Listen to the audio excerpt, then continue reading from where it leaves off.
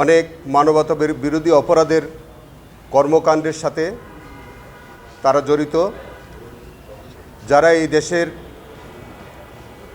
গণতন্ত্র সুশাসন বিনষ্ট করবার জন্যে এবং আয়নাগর সহ নানা অপকর্মের সাথে খুন গুম ইত্যাদির সাথে যারা জড়িত,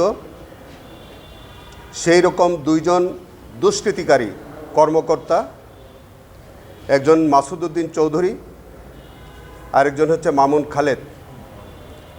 আপনারা দেখেছেন ইতিমধ্যে তারা গ্রেফতার হয়েছে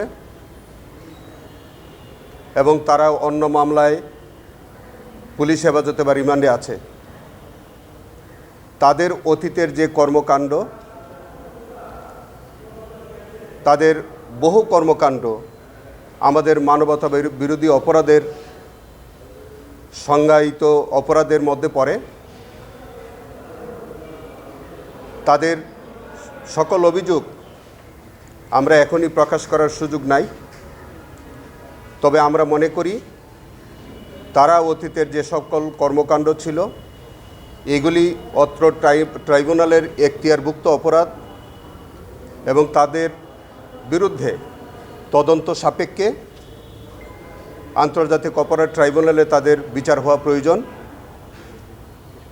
সেই দৃষ্টিকোণ থেকে আজকে চিফ প্রসিকিউটরের কার্যালয় থেকে আমরা ট্রাইব্যুনাল 2-এ দুইজনকে